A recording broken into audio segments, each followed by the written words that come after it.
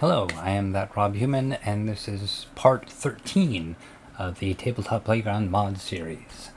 In this episode, we're going to dive a little bit more into scripting in a slightly more intermediate basis, using some slightly more advanced UI techniques, and we're going to be designing a bit more of a practical game component that utilizes scripting.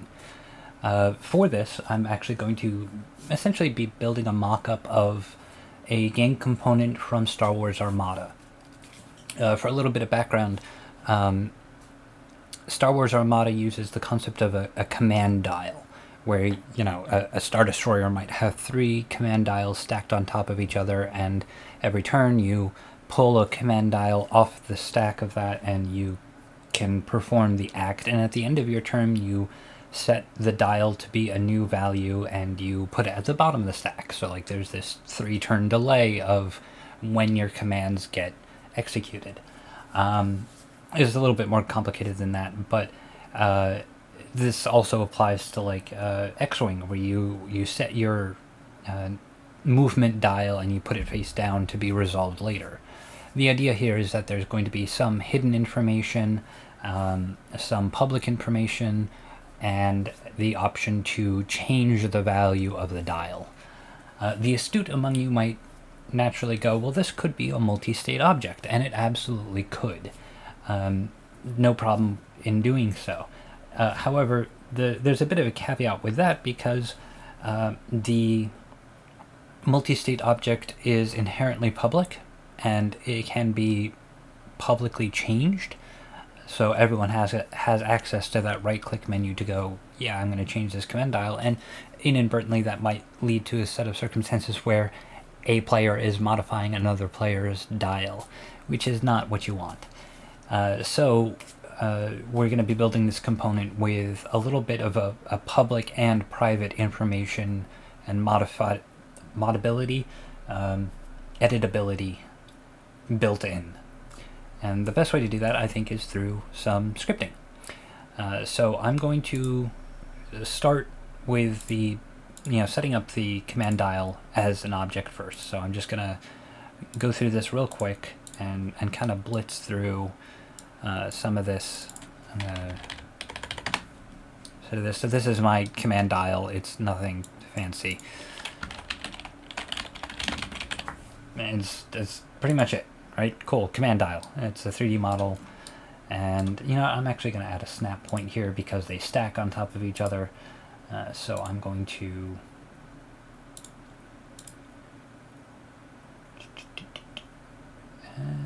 rotate upright. Why not?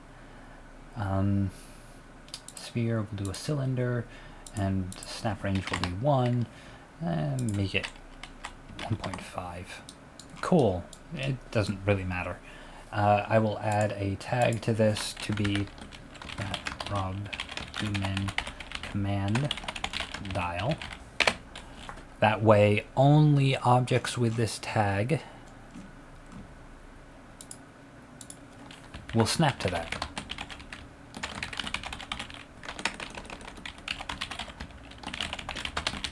And again, I namespace my tags. So, because this object has the tag and the snap point has the tag, only command dials will snap to this. So that means it'll stack. Now, obviously I'm going to be adding a script here, but I don't have it yet. That's okay. So there's my command dial. Wunderbar. Let's go into VS Code, and you can see it's created the templates and whatnot. And I'm going to create a new script called commanddial.tsx. And again, this is the TSX version of this for a very specific reason, which we'll get to. Now then, let's start up by setting up our EFI. Object is a game object, and we'll immediately invoke it using ref object. And then we'll do everything inside of this EFI. So let's say, well, let's see. There's kind of 2 things, like I said, going on here. There's public information and private information. And So we'll probably need two different UI elements, one set up with permissions for the player that it's for, and one set up for public visible information. And we'll get into that in a little bit. But more importantly, we'll also need to define some kind of enumerate the different states that the command dial can be in. Now, if you're familiar with Star Wars Armada, you probably already know what these are, but if you're not, basically a dial can be one of four things. In fact, let me actually see if I can pull up a picture of what this command dial looks like. Perfect.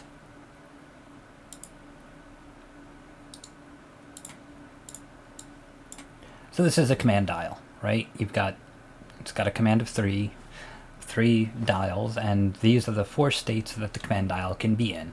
And I'm not going to make it look exactly like this, but essentially the player will twiddle the dial and put it on their stack and resolve it throughout gameplay. Cool. So we need a way to display what the current command is, and we need a way to modify it for just that player. Cool. And like I said, the current dial needs to be hidden but modifiable by the player at some point. It's a whole thing. But for now, these are the four commands. We have intensify firepower, we have engineering, we have navigation, and fighter. So firepower, we'll I don't know why I call it intensify firepower. I don't actually know what the commands are called off the top of my head. Don't judge me. So let's lay out a couple pieces of information that we'll need. So let's do const commands equals. First we'll do firepower. And I know I will need a texture and an index. And we'll get to why I need that in a little bit. I'm going to say as const, and that's a bit of a TypeScript thingy. We'll get to that in a second. And we'll do another one for navigation. We'll call it navigate. Again, texture, and we'll do an index of 1. And you could do this as an array, but I like this more. And you could also do this as a TypeScript enum. I don't actually like enums all that much. I don't like how they behave, so I prefer doing it this way. So we'll do engineering. If I could spell, index of 2. We'll copy and paste that, and we'll do fighters, index of 3. Now, I've got some textures here that is for these things, and those are the four commands. So I know texture will actually be UI slash firepower.ping. Likewise, that'll be UI slash navigation ping. Engineering ping. And fighter.ping. So these are our commands here, and I'm actually going to define a type, which is type command equals key of type of commands. So this means I can say, these are the four possible values that a command can have. So that'll help us when we start to define some of our functions later. So we have that. Let's get some UI made. So we've got const. This is going to be public UI equals new UI element. And we'll set up some public UI dot. And yeah, we'll set this up to be 0.5, and same with anchor Y. And same with scale. Public UI dot position equals new vector 0, 0, and we'll say -1 for now, and we'll get into why that is in a second. UI dot rotation equals new rotator not to be confused with the rotor, the geometric algebra concept. This is slightly different. And I think we can do pitch of 180, 0, 0. I think that's measured in degrees, not radians. We'll find out. And we'll take the object dot add UI, public UI. Cool. All right. Now, I haven't assigned it a widget, which we'll need to do in a second. And this is where we're starting to get into the slightly more advanced syntax of UI. I developed this as a way to not have to do all this like object method stuff as much, and this add child system kind of made me lose track of what the UI actually does. So what I've done here is I've developed a system that uses something called JSX. I'm not going to dive into too much what JSX actually is, in depth at least. Suffice to say, it's an alternative way to write JavaScript functions and invoke them. And it reads a lot like HTML. For those who use modern front-end JavaScript stacks, this might seem slightly familiar to you if you're used to React, or I think Angular and Vue uses JSX. I'm not sure. I don't actually use them that much. I don't think Svelte does. Regardless, so this is an alternative way to write your UI elements. So we'll do public UI dot widget equals, and we're going to invoke a certain function called render. Now render, it's going to yell at me because there is no JSX element in here yet. Render comes in from this JSX and TTPG library. Now, remember back in episode 1, where we set up the project using create TTPG package, and we did the template as JSX or TSX? That's why. It includes this JSX and TTPG library as part of the dependencies. So it's already there for you. Additionally, this is why you need to have a TSX file extension. If you did this under a normal TS file extension, this wouldn't work. So that's kind of how the TypeScript transpiler picks stuff out. It doesn't really matter that much. So we've got our widget here, and we're invoking the render function, which is a built-in function, and that takes a JSX tag.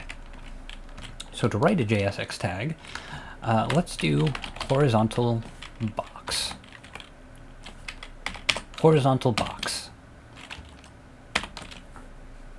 And you'll need to import JSX and TTPG. It doesn't actually get invoked. It's something that the transpiler does, but it needs to be in your imports. So this horizontal box behaves just like that horizontal box that we created over here, but it's laid out slightly differently, much like an HTML tag.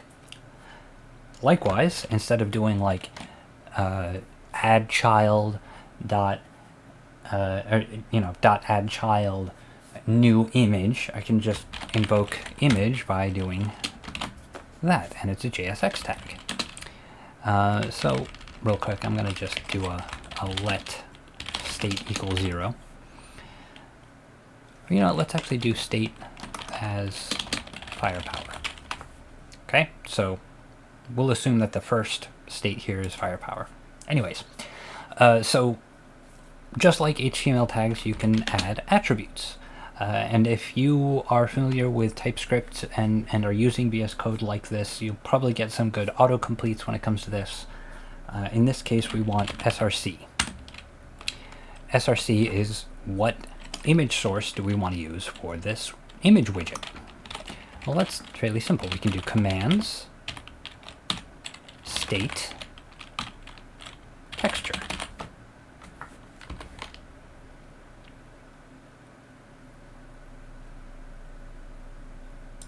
Aha, see, now this is currently a string, but we don't want that. We actually want this to be a type of command. Basically, the limit state to ever be firepower, navigate, engineering, or fighters. If you didn't do this as const and you didn't specify this type, you won't encounter that, but this is a little bit more explicit about what it needs. So in order to index into this object, you need to use the key of the object specifically. And state could end up being some other string, and so it'll yell at you. So like, for example, state equals something else. It'll yell at you. It'll be like, you can't set this to something other than these 4 options. That's why I set that up that way, which is good. Anyways, so we've got this image source, cool, and let's set up a width of 32 and a height of 32, just for the sake of it. Okay, so we have our command dial script. I'm going to run yarn watch, and that will run this over, and hopefully, if I go into the dial object here, I can hide that snap point now. Set the script to be command dial, save, go back. Let's set up an initial state, just a sandbox state here. Hopefully this won't look terrible. Oh, you know what? I'm actually going to edit this real quick. I want to do a flip. Cool. Now it'll actually flip. And there's our command dial. It's currently set to firepower, just as we expected. Now I could totally use a higher resolution image to get a cleaner look at this. I don't really care. And obviously it's floating way up in the air, which is not necessarily something you would want. So let's change that by doing... Is it actually 0? Is that the 0 point? It is. You get a little bit of Z fighting, so I'll bring that down by 0.01. There we go. So we've got our object here. And it's hidden information. If you hold down, what is it? You know what, let's actually change this a little bit. So I'll change this to 0, 0, 1.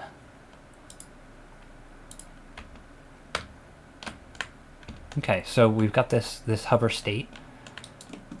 You know, if you hold down Alt over the thing, and now, what you could do is, if you hold down Shift, it'll actually be like, hey, someone's peeking underneath this thing, but you'll notice that the UI isn't showing up.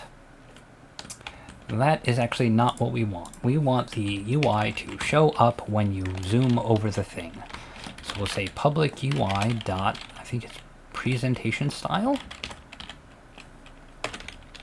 equals UI presentation style dot... Nope, it's not that one. It's the other one. I always get these confused. This is where the API docs come in handy. Zoom visibility. That's the enum we want. So we'll do public UI dot zoom visibility equals UI zoom visibility dot both. Okay, we'll give that a refresh. There we go. See? Now you can actually see the UI underneath that. Not sure why that's resetting the zoom. I think that's actually a bug. I'm sure there's a way around that, but whatever. So we can basically have our players take a peek at it and see what the command dial is, but obviously there's no way to change it. It's stuck on firepower. So next we'll make the UI for the player that this is for.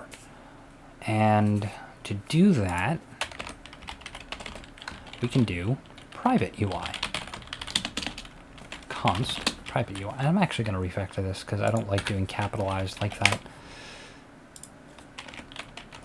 I prefer my camel case. Const private UI is new UI element, and private UI, we'll actually basically copy this and paste this here and change all of this to private UI, except we won't actually rotate in place. We want the private UI to be up top, and we'll change this to 1.0 for now. We'll just object.add UI private UI. We'll worry about permissions in a minute, don't worry. Okay, so we got reload UI, and nothing happens. Now that's because I haven't set the widget. UI.widget equals render horizontal box, and likewise we'll do this. And this will actually look exactly the same, top and bottom. See? Like that. Now I might actually want to do the same thing with the zoom visibility, so we'll do that too. Private UI.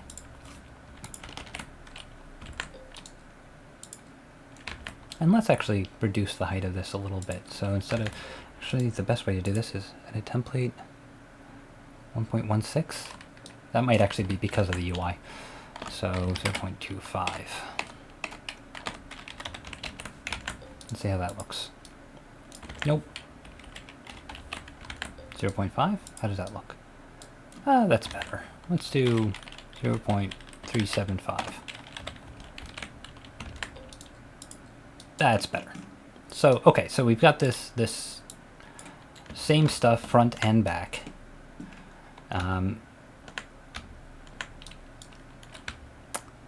So obviously we need to have a mechanism to change it. So let's add some buttons. Button. And I'm going to have a left.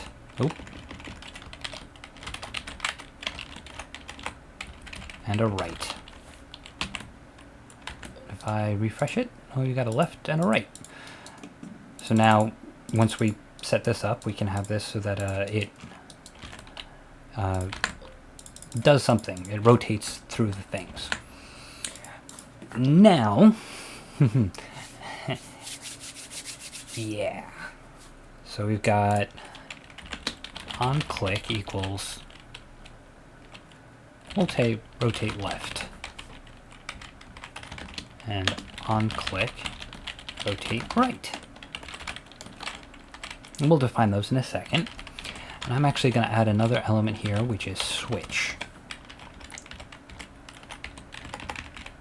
We're going to do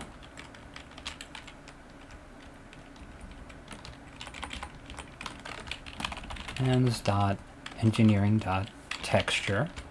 We're actually going to duplicate this a few times, and we'll have one for each one. So firepower first. We'll have navigate second. We'll have engineering third, and fighters last. And we'll do the same thing up here. Okay. Now for the switch, we'll do value equals commands.state.index. So again, state is our current state. So the value attribute of the switch basically says which one's the currently active one. The switch element displays one element of its children, and you can choose which one it is. So this will basically, when you change the element, it'll swap out which one's currently visible. So we'll do that and this. Now let's actually just define this rotate left and rotate right so it can stop yelling at me. And we'll do const rotate left equals this, const rotate right equals this. We don't actually need any arguments. Again, that's just to get it to stop yelling at us. So on rotate left, we want to take the current state. So we'll do const idx equals state, commands state index, and this will be an integer from 0 to 3. Const new index equals index minus 1 mod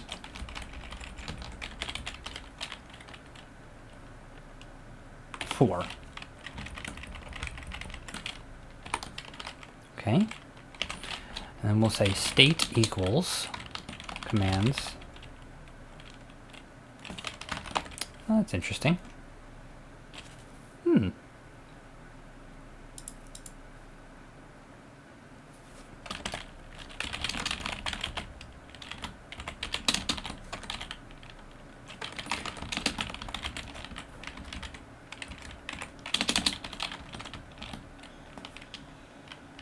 This is probably not the way that I would actually do this, but I can't be bothered to come up with a better way to do it for now. Okay. So state equals command IDX new index. Okay. And rotate right does the exact same thing. That +1. Now that's actually not going to have any effect yet. And the reason for that is because unlike React, if you're familiar with the front-end framework of React, this won't actually react to any kind of state change. So there are a couple things that we'll need to do to change out how this behaves. To do that, we need to change the current value of switch for both of these switches.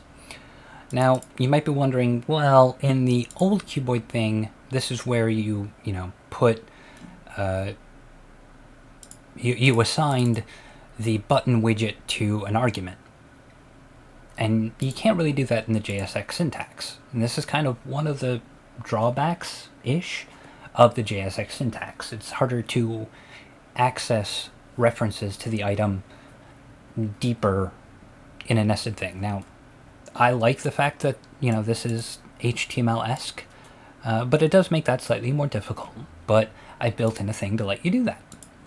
So I'm going to say const public switch ref equals, and this is a special function that I've made. It's part of the JSX and TTPG thing.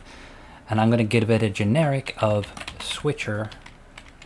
Is it switcher or widget switcher? That's it. And we'll do the same thing on the private one. And here we can add this as an attribute. Ref is private switcher ref. So basically that means that, this is the ref that we want this to be, and so on. So if I were to actually just run this right now, and let's console.log something.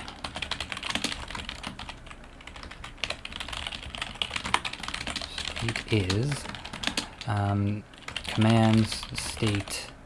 Oh, we'll just set it to state. Right, so we set this up, and we get a console message here. Oh, we get an error. Can't attach UI without widget. Why not?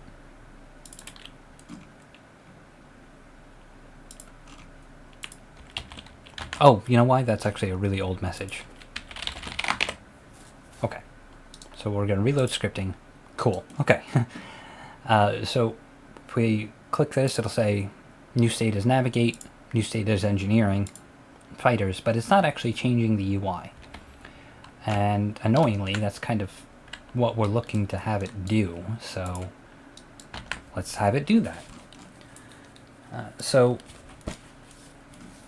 The switcher system, I don't know why that didn't, oh, because I only put it in one, okay.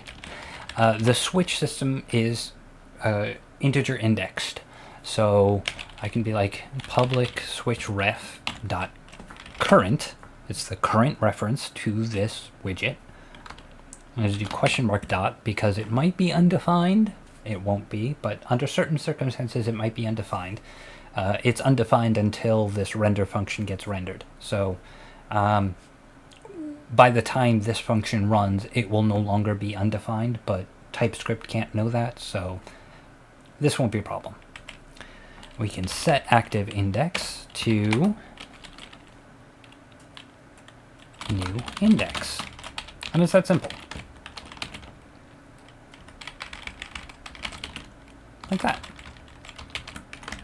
And we'll change this to private switch ref as well. Just like that. Hopefully this should work. Reload script. See? Navigate. engineering. And if we look at the underside, you'll see it's the same. That's a good way to rotate this, right? Oh. Huh, so that's funny. Yeah. So that's right. JavaScript and Modulo don't like negative numbers. So we'll do index 0 for otherwise.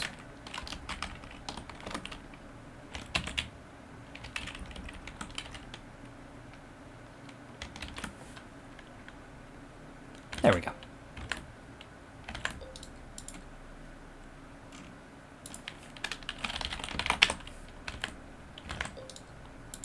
Okay. Oh no, it really doesn't like that. Interesting.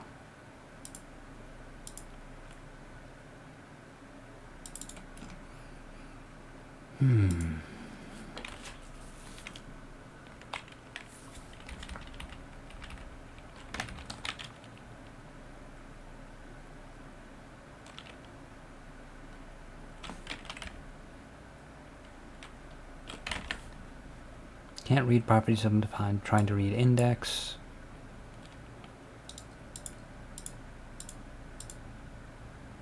That's still yelling at me about that. Interesting.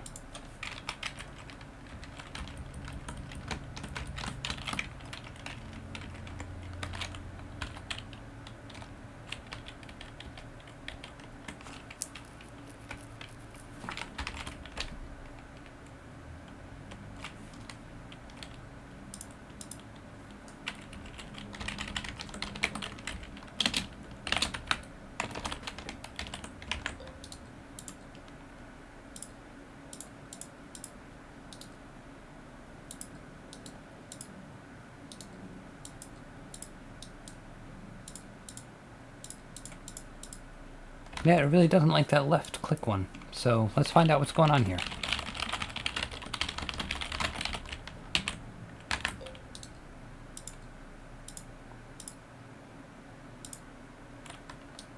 Oh. Right. There we go. Okay. 4 isn't a valid index. Of course. Okay. So we've got this so it spins around. And obviously we want to make it so that only the player sees the top version of this so that it's private information for them, but there's public information on the flip side. So if I copy and paste this, the idea is you can flip it to reveal it if you're the player, and this is public, but this is private. So let's do that. To do that, we're going to say private UI.permission .players equals new permission .add player object.get owning player slot .get add owning player.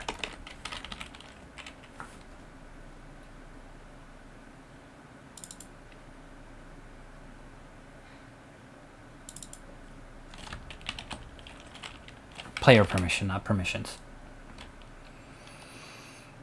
Now that's cool. So we'll do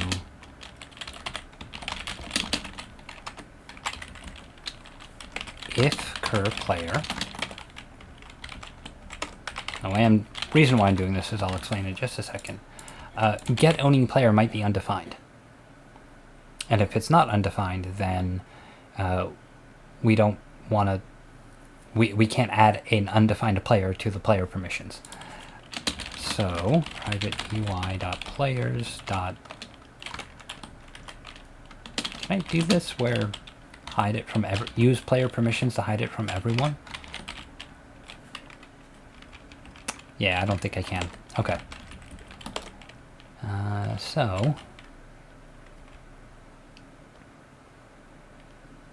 Yeah, so if player is undefined, it'll be public information.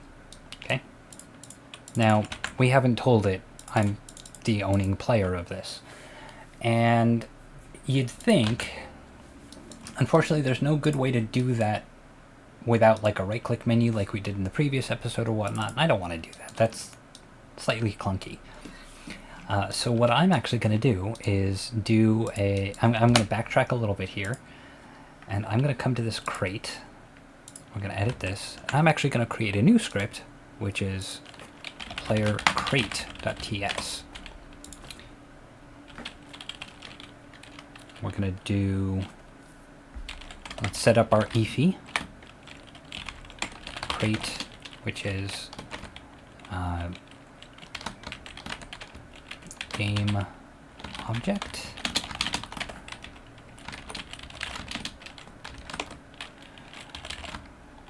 And this is actually going to be a ref container, because I know that I'm just going to assign this to a container. Now, what I wonder is, okay, yeah, we can't do that. Container instead of game object. So now we can use the typings there. So crate dot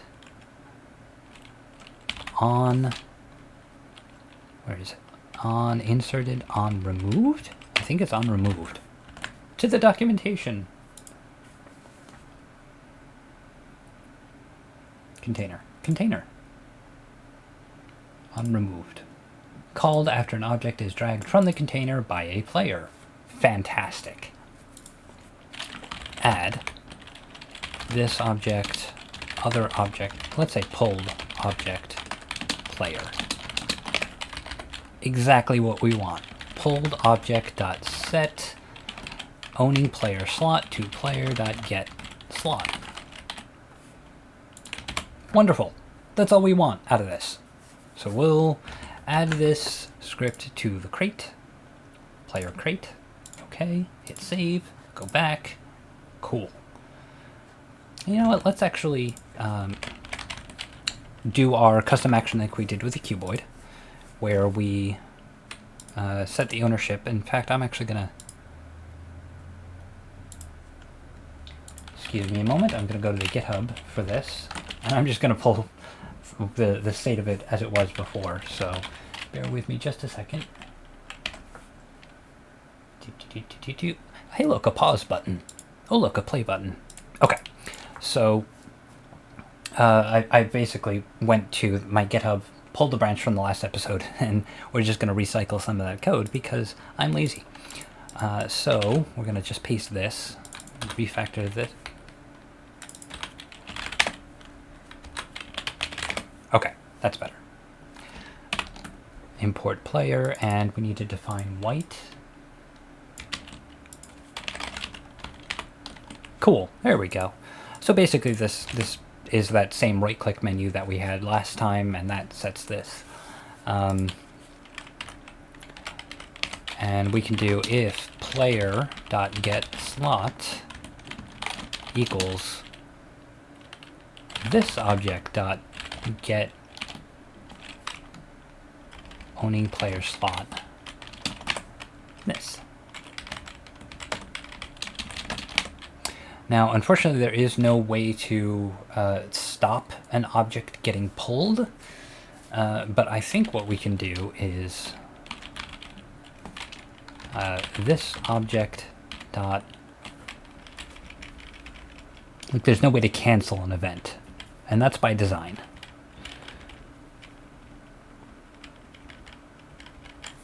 So how do we,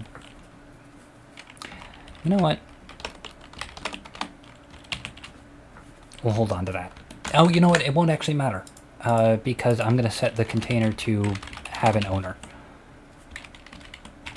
Cool. That'll work fine.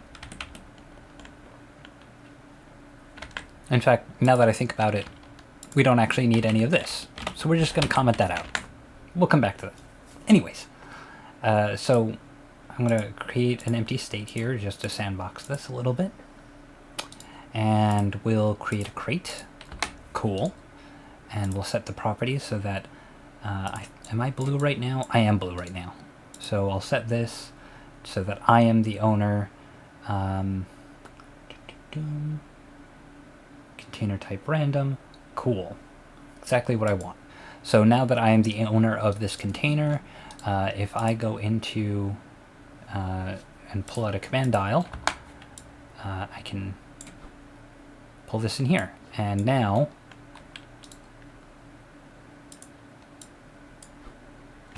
you know what? Let me actually, when it's created, I will do this. Console.log object get owning player slot. So we're just going to debug this a little bit. Okay. Oh, you know what? It's actually because it's already loaded. So on created.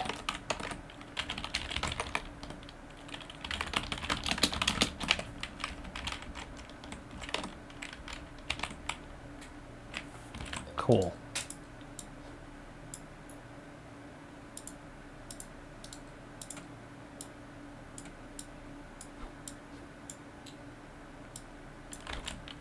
Is it not on created?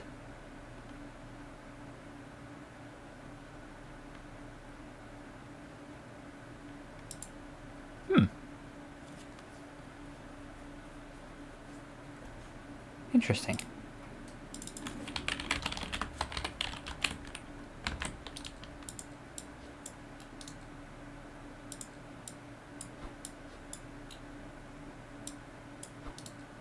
I wonder if it's actually because I've got lazy loading turned on. It might actually be it.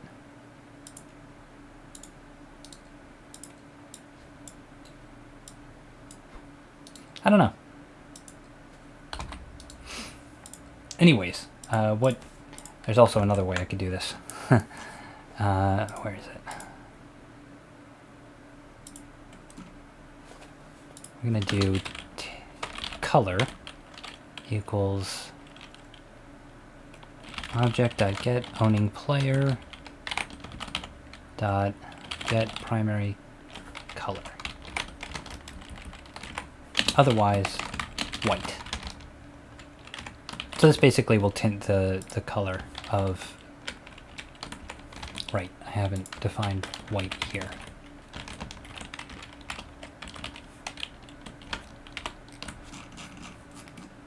This will make it a little bit more obvious. Oh.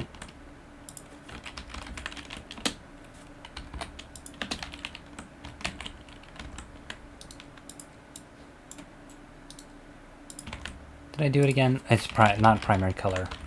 Get player color. Why do I keep mixing those up? I don't know. There we go. Okay, so I'm the blue player. Those are my blue controls. Now if...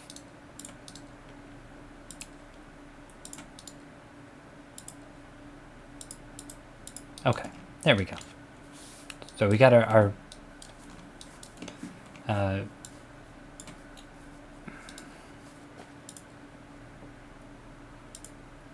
infinite random. There we go. Throw that back into there. So now I can pull out command dials to my heart's content. Now, in theory, I think, if I were to change the player, excellent. I can't see the dials, but I can see the public side. So the other player could actually flip to reveal it. Exactly what I want. And I can stack them up, and there we go. Excellent. That is exactly what I was hoping for.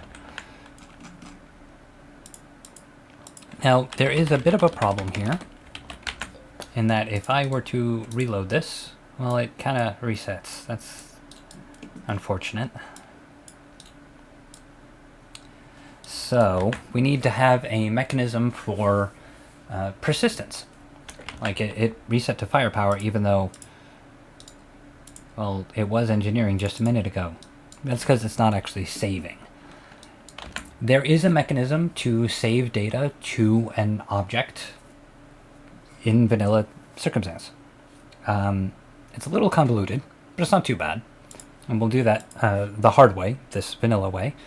And then we'll talk about what it takes to actually import another package, another library, and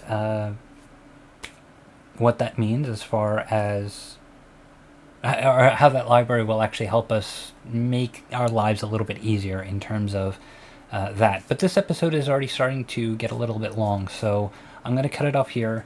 Next episode will pick up right here.